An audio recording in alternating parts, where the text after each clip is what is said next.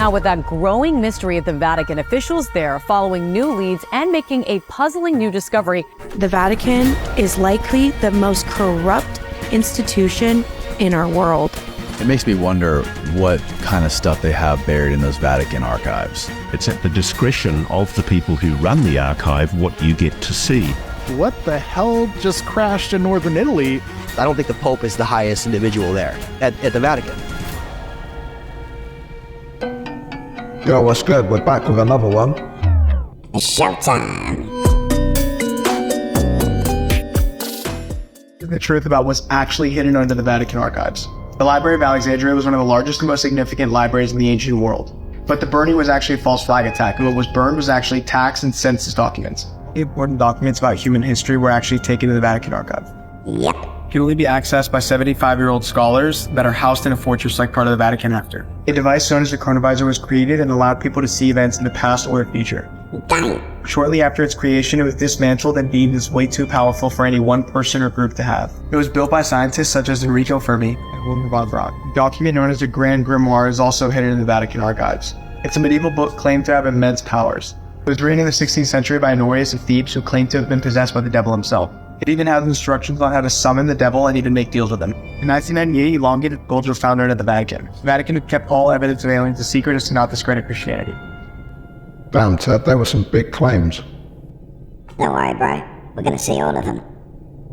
The Vatileaks. Back in 2012, an author named Gianluigi Nuzzi published a book entitled His Holiness, The Secret Papers of Benedict XVI, which contained confidential letters and memorandums from within the Vatican walls. How did he get all of this info? Well, the butler, of course. Paolo Gabriele, who had been the Pope's personal butler since 2007, aided the author by leaking highly classified information, for which he was later arrested by Vatican police in 2013. Now, with these documents leaked, authorities reviewed them and held an investigation to dive deeper into the scandal. It was uncovered that members from outside the Vatican were blackmailing secretly gay bishops, as the bishops were sleeping with them and not only breaking their vows of celibacy, but also hiding that they were homosexual, which, if you are unaware, is kind of a huge deal in the Catholic Church. What else did they leak? A lot, bro. In 2016, emails were leaked that point towards the Vatican having full knowledge on extraterrestrial life. Yep. Apollo 14 astronaut Edgar Mitchell sent Hillary Clinton's campaign manager John Podesta this email. Dear John, as 2015 unfolds, I understand you are leaving the administration in February. It is urgent that we agree on a date and time to meet to discuss disclosure and zero-point energy at your earliest available after your departure. My Catholic colleague Terry Mansfield will be there too, to bring us up to date on the Vatican's awareness of ETI. Dr. Edgar Mitchell. In a subsequent email, Mitchell says this: Our non-violent ETI from the contiguous universe are helping us bring zero-point energy to Earth. They will not tolerate any forms of military violence on Earth or in space. Is this proof of secret extraterrestrial knowledge inside the Vatican? Will we ever have an answer to the question? Are they really here? You think the Vatican's got proof of aliens? They got a lot more than just aliens, bro. The Vatican is likely the most corrupt institution in our world. Arguably one of the most famous basilicas in the world, underneath it lies a mass graveyard. So located about 5 stories beneath the basilica is actually another temple dating back to the Roman Empire. That's over 2,000 years of dead bodies. If you're wondering if those bodies are of Christians or Catholics, they're not. It was actually used for pagans. And here are some of the mosaic tiles that they found beneath the Vatican in the temple that it's built on top of. This is Pope John Paul I, and he died 33 days after his election. Now, the conspiracy around his death is that he found out the Vatican was laundering mass amounts of money, and he was going to rectify the situation of getting rid of everybody in the Vatican that was corrupt. His plans were announced straight after he became the Pope, and he died 33 days later. That's crazy, Ted. Bro, money laundering's nothing. They're all Satanists. Whoa. Remember, this is for entertainment purposes only. It makes me wonder, like, what kind of stuff they have buried in those Vatican archives from us. Whew, listen, 5 miles of underground Vatican archives. Right. Dang. That's a lot. There's been a few people that have come out talking who have had access to these Vatican archives. They can't say specifically everything they saw, but one guy did come on a documentary on History Channel years ago and talked about the fact that they had bones of beings that weren't human. From their perspective, they weren't human bodies. They had books and texts down there that nobody's ever been able to read or access that talk about technology, flying devices, and all these other incredible things that were hidden during the Inquisitions, because during the Inquisitions, they were suppressing technology heavy because they wanted to keep their boot on the necks of the people. The Inquisition was so brutal, they over 80 million people over the course of 700 years ordered underneath the popes. That really held us back because we should have been on the moon in the 1800s if it wasn't for the Inquisitions. That alone held us back from technological advancement. The moon ain't real, bro. Ted, don't start with that, please. So I want to make sure we get into the Vatican. Okay. You go down this elevator. Yes. You're on an invited mission to try to figure out what the heck this tetrahedron thing is. Right. So what do you see? The first thing I see is a giant auditorium type area. This was spotless, clean. It was beautiful glass everywhere. It was just like, oh my God, these huge cubicles of glass, and some were different sizes. So it was really neat. And through these cubicles of glass were all these metal strips and lines.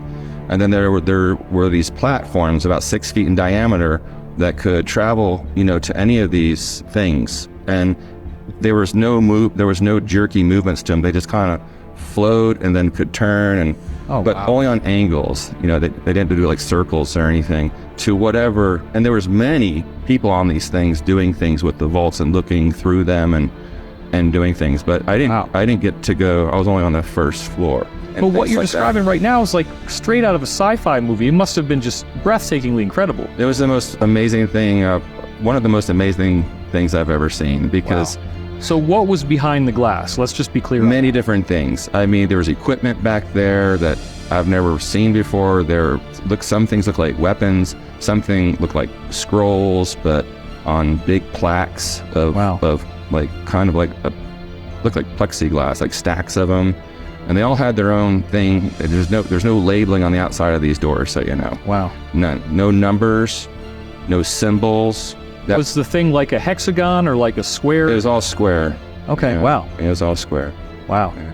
So as we were walking, I did notice some equipment that looked like giant, those drogies, those ancient brass things that they used to hold up. Tibet. Yeah, in Tibet. I noticed like they were in the shape of that, but they were solid and they were luminous. Wow. And there was no electrical cords going to it at all. I've always thought that the double Dorje thing is some kind of technology that they just emulated with these little sculptures they have. Right, but this was like a really cool, artistic, modern, ultra-modern version. Wow. It was really neat with really cool edges on it, and it was glowing, and there was no like electrical cords in there or sockets. It was just there. Wow. So, and you have to understand, I wasn't there for that, so I can't stop. This is not like, walking through the Louvre, of course. Yeah. We're on a mission, and you just keep your mouth shut, and we go where we're going to go, which we wanted to go to the archives to find out about this, this device, or this ship, this craft. Ted, I think that guy's been watching too many Marvel films. Nah, bro. He worked for the CIA. I want to bring in Ross Coulthart now. He's the investigative journalist whose News Nation interview with whistleblower David Grush was the impetus for the congressional hearing. Ross, thanks for being with us as always. First of all, what do you make of the fact that that Susie's been trying to get a comment from the Vatican, and it seems like they're just flat out not going to comment? It's a very difficult situation. Firstly, good evening, Brian, of course, but I'd say it's a very difficult situation for the Vatican, because if Mr. Grush is telling the truth, and I'm told he is, it's a difficult thing for the Vatican to admit without the US concurring. And the Vatican has clearly kept secrets before, Ross. I mean, Susie mentioned that they're now opening up the documents. There's going to be a lot to go through, but I mean, who's to say some of those documents didn't get pulled out? Well, it's funny, I've talked to a friend of mine, Professor Diana Walsh-Pasulka, who wrote a great book called American Cosmic, and she was one of the few academics who's been given privileged access to the secret Vatican archives. And the way she describes it, it's quite extraordinary getting access. See, that there's a whole process you have to go through to become sufficiently credentialed to be able to gain access. And even then, obviously, it's, as you say, it's at the discretion of the people who run the archive what you get to see. So some people do get access? Only to what they want you to see, bro. The Vatican Archives. In the 1920s, there's a Russian professor, his name is Gingrich Ludwig. He was able to have access to the archives. 12 centuries of European history. He walked up on this one section, which was ancient books about aliens, and he came across the craziest stuff. These books talked about how these star people coming down in crafts taught all the ancient civilizations how to build the pyramids, and taught the Mayans things, and like all this crazy stuff. And then, this is what I thought was the craziest part, but he writes down that these things had these weapons, and I guess they used it once on Babylon, and said that this weapon that these things possessed melted the walls of Babylon with the amount of energy and heat that they produce. And today we're like, those are nuclear weapons. And I'm just like, why are they hiding this stuff? I guess they have to hide it, otherwise all religion would collapse. Same with NASA, bro. When the Vatican's Advanced Technology Telescope and the Large Binocular Telescope were being built, why did the indigenous peoples of Arizona, especially the San Carlos Apaches, why did they join environmentalists in filing dozens of lawsuits before a federal appeals court to try to stop the construction of the observations on Mount Graham? An act by the United States Congress ordered it to be done.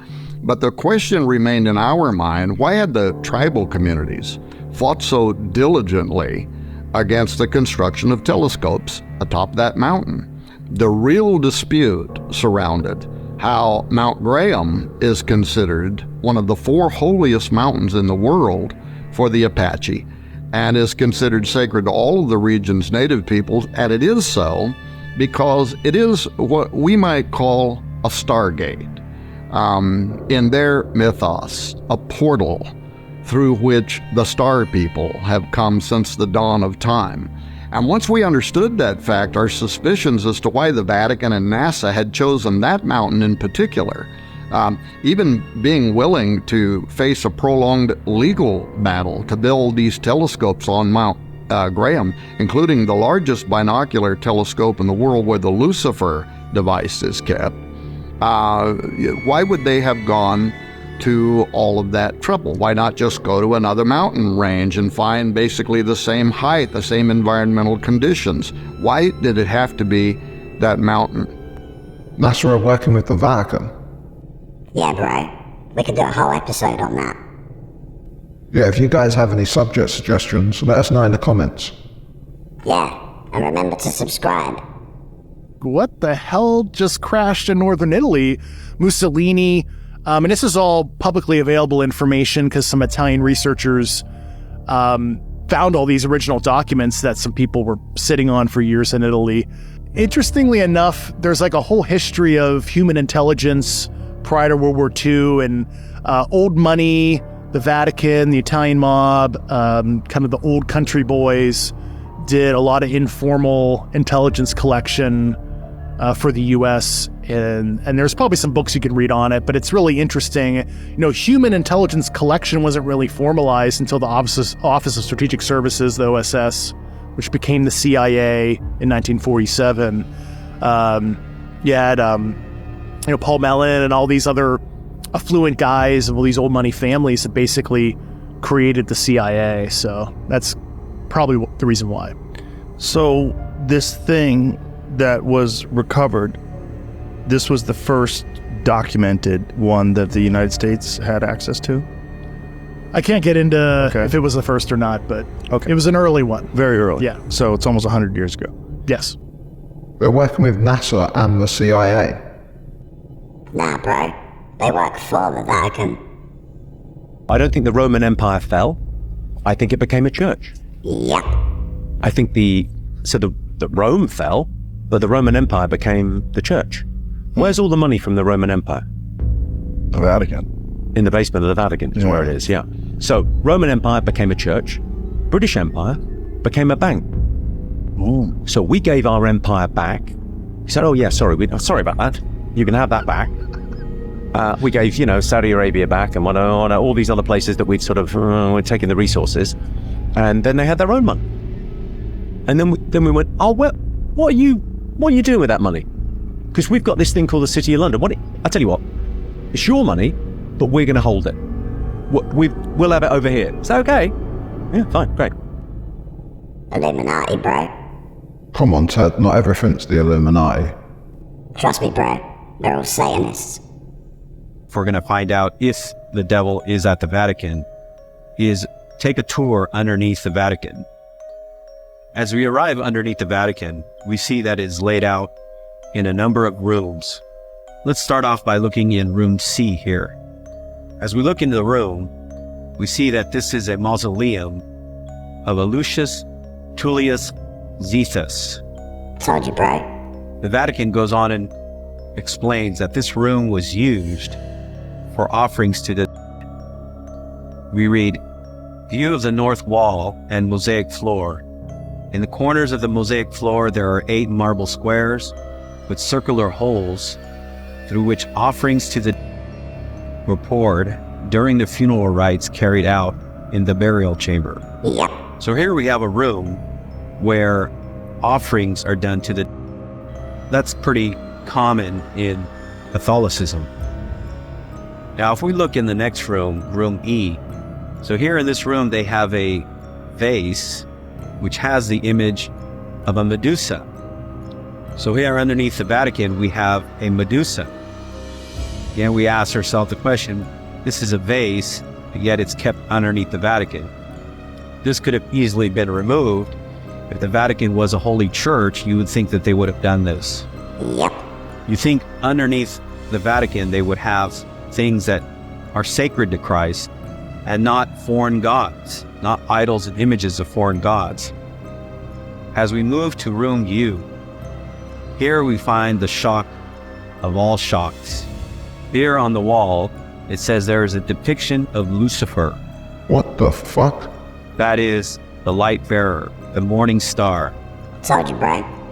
On the opposite of the wall, there is a drawing of Vesper, the evening star, cosmic symbol of the human life cycle. We find out that when we get to room U, here we have a clear depiction of Lucifer underneath the Vatican at St. Peter's Basilica. We ask ourselves, why are they keeping this image of Lucifer underneath the Vatican? Again, you would think if you're a Christian church, you would not want to have any of these images. Why would they keep all that down there? Come on, bro. It's where they keep the Grand Grimoire. There is a book that shows you how to summon the devil. I am of course speaking about the Grand Grimoire. It was likely written sometime between the 16th to the 19th century. Now it details the method to summoning the devil and explains what you need to exchange with it to make a deal. Of course, that being your soul for eternity.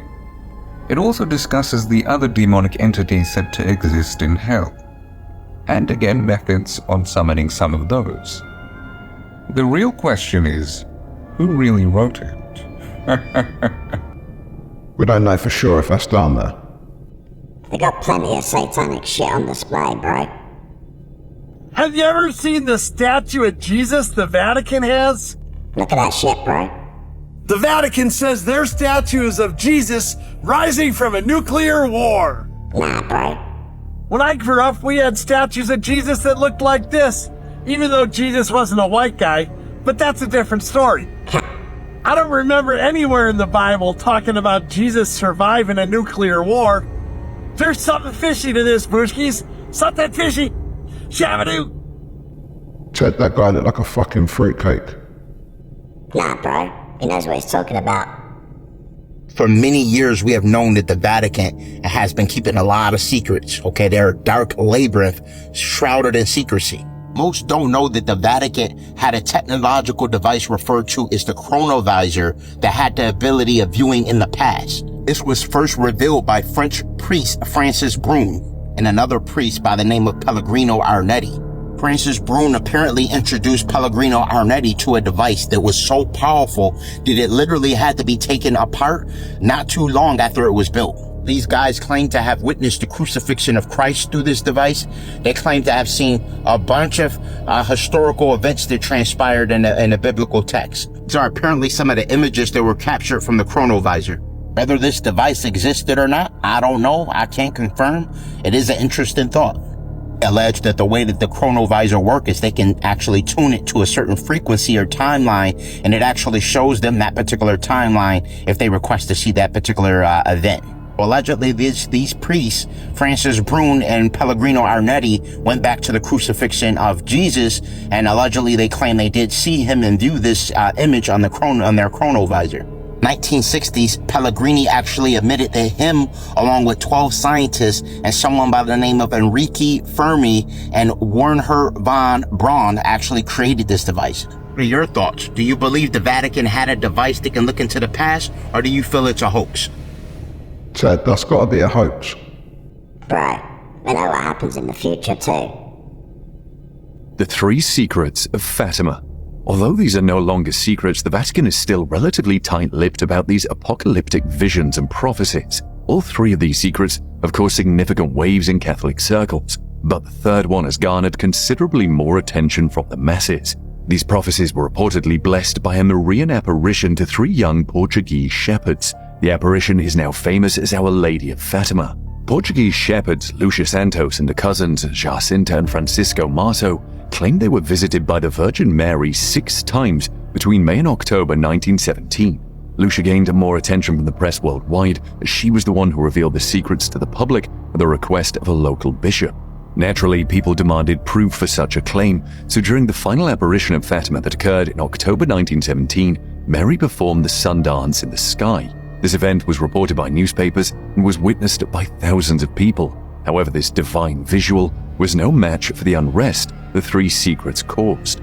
The children were supposed to keep these secrets and not tell anyone, but eventually 20 years after the event, Lucia wrote down the first 2 secrets. She was hesitant about revealing the third one, however, under the bishop's orders, she had to, but she wrote this third secret on paper and placed it in a sealed envelope that was not to be opened until 1960. The first secret was actually a vision of hell. According to Lucia, the children were given a glimpse of hell by the Blessed Virgin. They witnessed the suffering of souls there, and it was almost unbearable to look at. The second secret was also a vision in which the children learned how World War I was going to end, and another world war would ensue under the papacy of Pope Pius XI. The third one is the most famous secret that no one was aware of until 1960, and even then a selective few knew what was written on the piece of paper in the envelope. Its contents were made public much later, in the year 2000. Vatican described this third secret as a vision of the 1981 assassination attempt on Pope John Paul II. In the vision, the bishop, dressed in white, makes his way toward the cross with incredible difficulty. Corpses of martyrs surround him. After reaching the top of the mountain where the cross is, he is killed by bullets and arrows. According to Catholic interpretations, these secrets were simply visions of hell, the 2 world wars, and the 20th century persecution of Christians. But many people believe that the entire third secret was not revealed by the Vatican. Seems crazy the whole world don't have access to their knowledge. They've got too many secrets, bro. The only person to ever go missing from Vatican City was this young lady right here, Emanuela Orlandi. She went missing right outside Vatican City on her way home from a flute lesson that she went to 3 times a week, so it wasn't a different type of schedule or anything. After she went missing, several of her friends came forward to say that she had been followed by people from the Vatican. Pope John Paul II was in charge when this happened. He took a personal interest in this and made at least 8 public outcries for her safe return or for someone to just come forward and tell them what was going on. Over the past 40 years, there have been several theories of what happened to this beautiful girl. But this is her brother meeting the new Pope Pius. When he met him, he made a very offhanded comment that your sister is in heaven.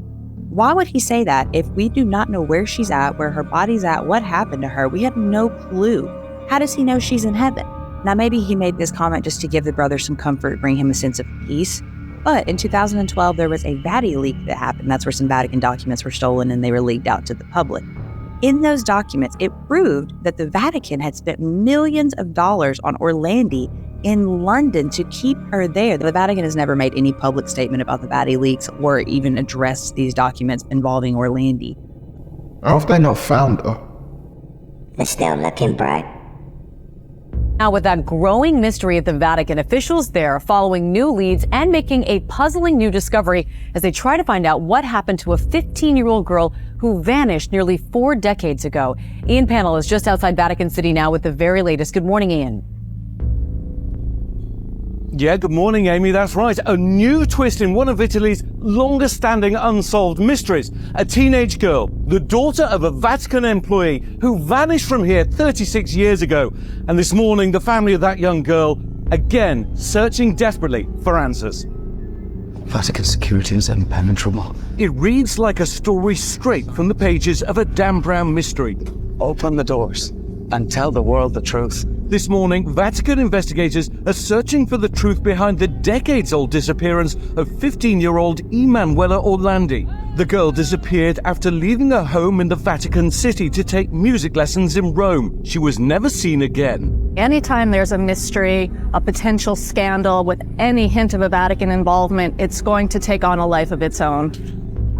Last week, Vatican investigators acting on a possible break in the case, prying open the tombs of 2 19th century German princesses. Orlandi's family had received an anonymous tip that her remains might be buried here, where an angel was pointing.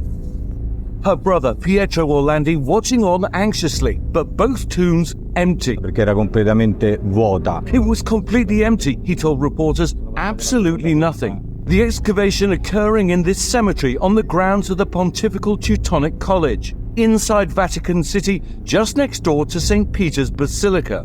Those empty tombs priming officials to investigate inside the college, where over the weekend they made a new discovery. 2 containers believed to hold bones found under a stone slab, leading some to wonder if one of those remains could belong to Orlandi. When the tombs turned up empty, the Vatican recalled that there had been structural work done on the cemetery as recently as the 1960s and 70s.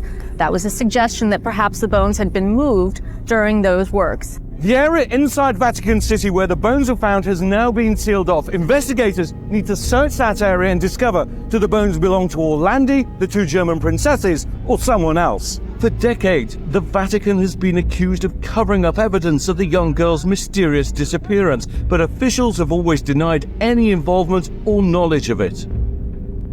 A spokesperson for the Vatican is saying they've always shown attention to the suffering of the family, and it was in that light that they agreed to the recent excavations. It was at the family's request. But this isn't the first time that tombs and burial sites have been unearthed in the search for Emanuela. And this morning, this remains a mystery, unsolved. Guys? What a mystery. Wow. Thanks, Ian. Mate, that's crazy. They're making a Netflix series about it, bro. I don't think the Pope is the highest individual there at the Vatican. What makes you think that? A lot of individuals have studied this very extensively, and I'm somewhat one of them that believes that even presidents and the Pope are all just puppets. I think that things are changing in a way that they haven't really been before. We haven't had all this technology and all these things, and eventually information is going to get out enough, that 1% we talked about, to shift that collective. What does that do? What happens is, imagine humanity is like a singular organism. It's in terms of consciousness. And we have what's called a collective consciousness. It means that we all live in a reality together, right? And we share ideas, but there's this driving direction of humanity based on the average amount of people that believe in something similar. The average person goes to work and gets up, pays their bills, and think that that whole thing, though, is shifting. I think we should stop comparing to what hasn't happened before. Like, the Vatican Archives hasn't released anything, and they're powerful, and how can they not be that in the future? We need to not measure the future based on only the past. What's he mean the Pope ain't the highest in the Vatican? He's talking about the Grey Pope. But we'll have to save that for next time. Thanks for watching. Remember to like, comment and subscribe. And we'll see you in the next one. Why don't you watch another video? It's right there.